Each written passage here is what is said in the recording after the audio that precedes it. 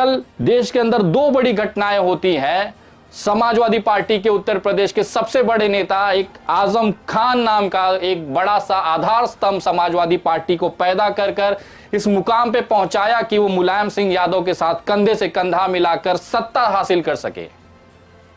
आजम खान ने उत्तर प्रदेश के तमाम मुसलमानों का वो रहनुमा बने, वो चेहरा बने, जिसकी वजह से आज समाजवादी पार्टी में मुसलमानों का अस्तित्व है। लेकिन जब यही आजम खान के ऊपर तकलीफें आती हैं तो अखिलेश यादव या तमाम समाजवादी पार्टी के नेता चुप क्यों हो जाते हैं? चलिए, मैं समझता हूं कि सबके करोड़ों अरबों रुपए के हिसाब हैं, जिसकी नस भारतीय जनता पार्टी के पास है, वो खुद से नहीं बोलेंगे, लेकिन आप तो उन्हें वोट देते हैं ना। एक मुसलमान से मैं पूछना चाहता हूं जो उत्तर प्रदेश में समाजवादी पार्टी को वोट देता है, क्या आपने आजम खान के विषय में अखिलेश यादव से कभी सवाल पूछा? डरते हैं कि शायद वो हमें डांट देंगे। अरे वो मालिक नहीं है, मालिक वो मतदाता है जो वोट देकर इन्हें नेता बनाता है। जब आपके रहनुमा, आपके नेता के ऊपर प्रॉब्लम आती है, उनके ऊपर प्रताड़नाएं दी जाती है, वो बंदा वीडियो बनाकर ये कह रहा है कि दुआएं जारी रखिए, जुल्म जारी है। आज उस आजम खान को क्या महसूस होगा कि जिसने पूरी जिंदगी अपनी उस मुसलमानों के पीछे लगा दी, इस देश के अंदर, उत्तर प्रदेश के अंदर उन्हें सम्मान से जीना सिखाया, वो समानता का अधिकार दिलाया, आज वही अपने आप को अकेला महसूस कर रहा है। एक ट्विटर पे ट्वीट कर देने से क्या हमारी जिम्मेदारियां पूरी हो जाती है? मैं पूछना चाहता हूं उत्तर प्रदेश के उस मुसलमान भाइयों से जो चाप के समाजवादी पार्टी को वोट देते हैं, मेरी बात बताओ यार, एक क्या आपके अंदर इतना दम नहीं है कि आजम खान के लिए आप अखिलेश यादव से सवाल करो कि यार क्यों नहीं खड़े हो रहे हो आप? अगर अखिलेश यादव दिल से चाह लेते तो आजम खान को इतनी यातनाएं नहीं झेलनी पड़ती। मुलायम सिंह यादव के साथ कंधे से कंधा मिलाकर आजम खान ने पूरी जिंदगी बिता दी, इस उम्मीद में कि कल को मुझ पर कोई संकट आएगा तो ये मेरे साथ होंगे। लेकिन इसके उलट समाजवादी पार्टी उन्हें क्या दे रही है? जिल्लत की जिंदगी। भारतीय जनता पार्टी के वार हो रहे हैं उसके ऊपर, उसको बचाने के लिए, बचाना तो छोड़ दीजिए, उसके बारे में सोच तक नहीं रहे हैं। सिर्फ एक ट्वीट कर देने से पूरी खाना पूर्ति हो जाती है। महाराष्ट्र में आइए, जब हिंदू हृदय सम्राट सम्माननीय बाला साहब ठाकरे जी यहां बैठा करते थे और उनके ऊपर कोई कार्रवाई, एक पुलिस की नोटिस भी जाती थी, पूरा महाराष्ट्र बंद हो जाता था। बाला साहब ठाकरे सम्माननीय बहुत बड़ी हस्ती है, लेकिन उस पार्टी के अंदर अगर किसी नेता के ऊपर कार्रवाई होती थी तो पूरा महाराष्ट्र जलता था, सड़कों पर सन्नाटे होते थे, अगर किसी बस ने हिम्मत की तो वो जल जाते थे। ये रुतबा होता है अपने पार्टी के प्रति समर्पित लोगों को बचाने के लिए उस पार्टी के अध्यक्ष के तौर पर। लेकिन मैं जो देख रहा हूं, अगर आजम खान के ऊपर इतनी कार्रवाई होती तो क्या समाजवादी पार्टी का कोई भी संगठन, कोई भी नेता, चाहे छोटा हो चाहे राष्ट्रीय अध्यक्ष हो, क्या सड़कों पर उतरकर आजम खान के साथ खड़ा हुआ? मैं इंतजार करता रहा कि शायद अब होगा, अब होगा, अब होगा। 100 एफआईआर एक साथ आजम खान के ऊपर लादी गई, कोई नहीं बोला। अखिलेश यादव जी चुप। जब उनके ऊपर जेल किया गया तो कोई नहीं बोला, अखिलेश यादव जी फिर चुप। जब उनको पत्नी को घसीटकर अदालत में खींचा गया तो लेकर अखिलेश यादव चुप। जब उनको बेटे को जेल में डाला गया तब आजम खान को लेकर अखिलेश यादव चुप। विधायकी छीनी गई, आईटी के रेड हुए, कब बोलेंगे अखिलेश यादव? और कब सड़क पे उतर के उनके लिए आंदोलन करेंगे? सिर्फ मीडिया में आके बाइट दे देना कि नहीं, मैं आजम खान के ऊपर हो रहे जुल्मों के खिलाफ बोलता हूं। किस चीज का डर है? क्या होगा ज्यादा से ज्यादा? भारतीय जनता पार्टी के राज में इतने सारे लोग जेल में हैं, अगर आप भी चले जाएंगे तो क्या होगा? इसका मतलब कहीं ना कहीं आपको जेल जाने से, कार्रवाई होने से डर लग रहा है। इसके लिए अपने नेताओं को आप बलि का बकरा बना दे रहे हैं। उत्तर प्रदेश का बात छोड़ दीजिए, नूह मेवात का ले लीजिए, सब पार्टियां एक ही जैसी हैं। कांग्रेस हो, अभी न्यू मेवात में जो हुआ, दंगे हुए, उसको लेकर विधानसभा के अंदर कांग्रेस के विधायक ममन खान ने लाके खुलेआम बोल लेकर, आज जब ममन खान की गिरफ्तारी हो जाती है तो क्या किसी मुसलमान ने, जो कि न्यू मेवात का हो, ये चाहे पूरे देश का हो, उसने राहुल गांधी से सवाल पूछा कि क्या आप ममन खान के साथ खड़े होंगे, कि क्या उनकी पार्टी ममन खान के साथ खड़ी होगी? कोई कुत्ता नहीं दिखाई दिया। मुसलमान का वोट चाहिए। जब चुनाव नजदीक होगा तो टोपी पहन के जाकर इफ्तारी करेंगे, मस्जिदों में जाके चादरें चढ़ाएंगे, नमाज पढ़ने की कोशिश करेंगे, और जैसे ही चुनाव बीत गया, रिजल्ट आ गया तो 5 साल मुसलमान मरता रहे, हमें क्या दिक्कत है? ये जो अपने लोगों के साथ पार्टियां नहीं खड़ी होती हैं, यही आपको कहीं ना कहीं भारतीय जनता पार्टी को ताकत देती है, हिम्मत देती है ऐसी कार्रवाई करने के लिए। और खासतौर पर मुसलमानों के बारे में तो उन्हें पता है कि कोई भी पार्टी इनके साथ खड़ी नहीं होगी, क्योंकि जैसे ही ये खड़ी होगी ये इन्हें हिंदू विरोधी बता देंगे। अरे होगा चुनाव, देखेंगे ना, हम जनता संभालेंगे आपको, पहले आप हिम्मत करके खड़े तो होइए। किसने कहा है आपको कि आजम खान का साथ छोड़ देंगे तो आपका हिंदू वोट नहीं देगा? मोमन खान इकलौता ऐसा वहां का विधायक है जो डंकी की चोट पर मुसलमानों की बात रखता है, मेवात के अंदर रखता है।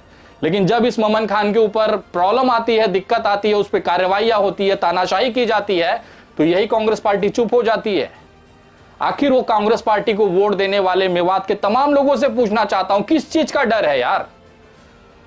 मैं जानता हूं कि आप फिर मुझसे पूछेंगे कि विनय भाई अगर कांग्रेस को वोट नहीं दे, समाजवादी को वोट नहीं दे तो किसको वोट दे? अरे मैं खुद नोटा को वोट देता हूं, मुझे सब साले चोर दिखते हैं।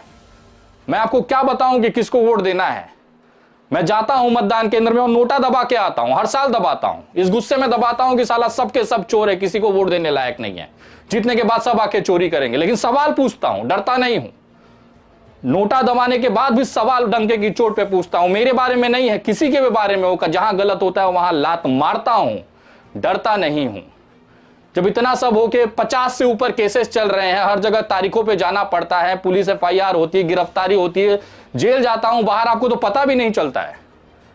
ये सारी पिछले 4 साल से झेलने के बाद भी मेरी हिम्मत नहीं टूट रही है।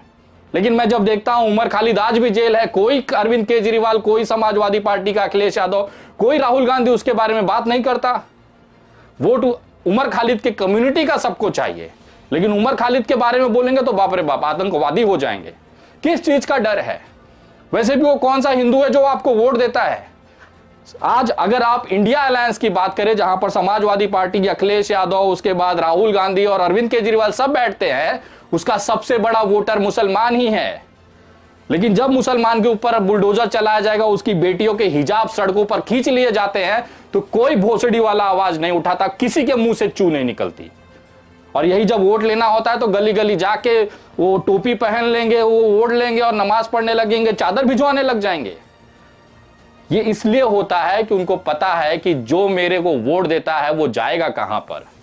मैं आप तमाम लोगों से बोलता हूं कि यार राजनीति होती रहेगी, आती जाती रहेगी, लेकिन कम से कम अपने आत्मसम्मान को मत बेचिए। आप वोट देते हैं, आप मालिक हैं, वो वोट लेते हैं, वो मालिक नहीं है। सवाल पूछिए, जब भी आपके ऊपर अत्याचार हो तो पूछिए राष्ट्रीय अध्यक्ष से कि क्यों चुप बैठे हैं, सड़कों पे उतरिए। आंदोलन करने का अधिकार हमें हमारा संविधान देता है। अहिंसात्मक तरीके से कानूनी परमिशन लेकर क्यों नहीं सड़क पे बैठा जाता, आंदोलन किया जाता, आमरण अनशन किया जाता कि हमारे लोगों के ऊपर अत्याचार हो रहा है, उसको रोकना चाहिए।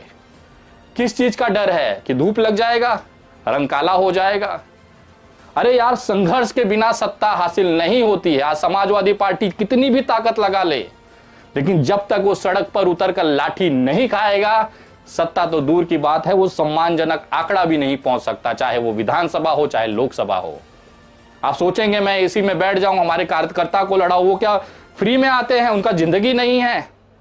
आपके लिए वो जाके आंदोलन करते हैं, पुलिस उस पर FIR करती है, जेल जाते हैं, कोई कुत्ता देखने नहीं जाता वहां पर कि जेल में उसके हालात क्या है। जमानत तो बहुत दूर की बात है। वो वहां पर जेल के बाहर, दरवाजे पे, पुलिस स्टेशन के बाहर, अदालत के बाहर अगर कोई खड़ा मिलता है तो सिर्फ उस जेल जाने वाले कार्यकर्ता के माँ बाप, भाई बहन ही दिखाई देते हैं। सिर्फ 2 दिन तक, जब तक वो मामला चर्चा में है, तभी तक जिला अध्यक्ष और राष्ट्रीय अध्यक्ष कांटेक्ट में रहते हैं। उसके बाद मरने दो, हमें क्या है।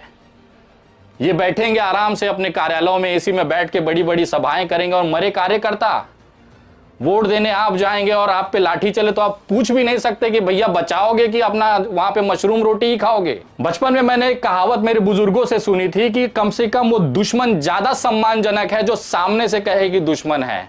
अपने साथ में चलकर अपने आप से गद्दारी करने वाला कम से कम वो दोस्त, उससे बड़ा अपमानजनक और गद्दार नहीं मिलेगा जो आपके साथ खड़ा होकर आपके मुसीबत में साथ न दे।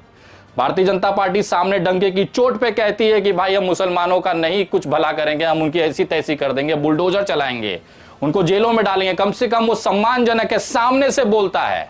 लेकिन आपके साथ, आपका हाथ पकड़ के बोलेंगे नहीं मैं आपके साथ हूं, आपके हर सुख दुख में खड़ा हूं, और जैसे दुख आएगा सबसे पहले यही भागेंगे।